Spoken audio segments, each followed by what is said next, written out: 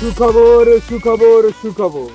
সুপ্রিয় এলাকাবাসী, লক্ষ্য করে শুনুন।